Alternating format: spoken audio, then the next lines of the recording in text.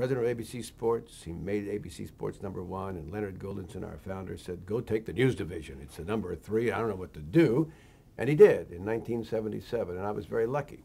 Because in '76, when Jimmy Carter made his nominating speech in New York City, at the end of it, I was up there on the platform. I just walked up and started interviewing him. And Roone was watching. He didn't know anything about it, but he was waiting because at the end of the convention, when he went off the air, some sporting event was going to go on. He was just kind of chatting. So he saw that who is this guy, Sam Donaldson? He's interviewing Carter, and where are the other networks? They're cutting away wildly. They don't have their men there and what have you. So when he took over, I had a leg up, and I was the White House correspondent. I sort of won his favor because I'm going to tell a story. Roone used money like confetti. It's in the Bible. You throw it out in the water and it comes back tenfold.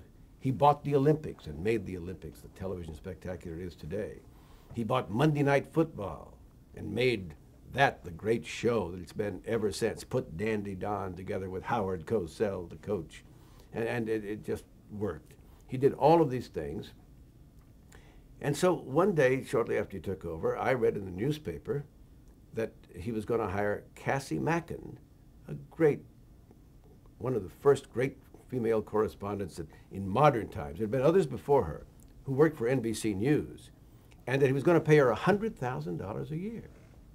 Well, I had become the White House correspondent, and I had been given an outlandishly high contract, I think $65,000 a year. In 3 years, I would go to $75,000. And believe me, below the anchor level, that was, for ABC at least, that was as good as it gets. So I looked at that, and I wrote Roone a note. I said, Dear Roone, I see you're about to hire Cassie Macken. Great move. She's just terrific. It says you're going to pay her $100,000 a year.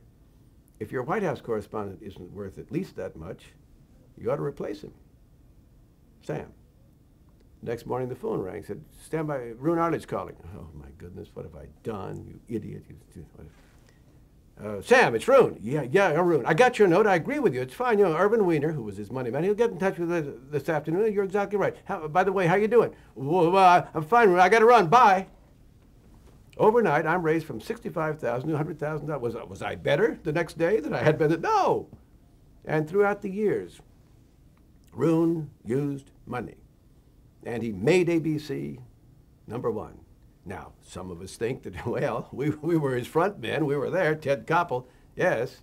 And Peter Jennings, you bet. The late Frank Reynolds. Some of us were, along.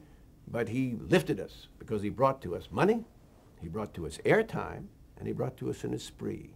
Working for Roone, you knew you were working for #1. I mean, you were working for the best. Everybody knew him.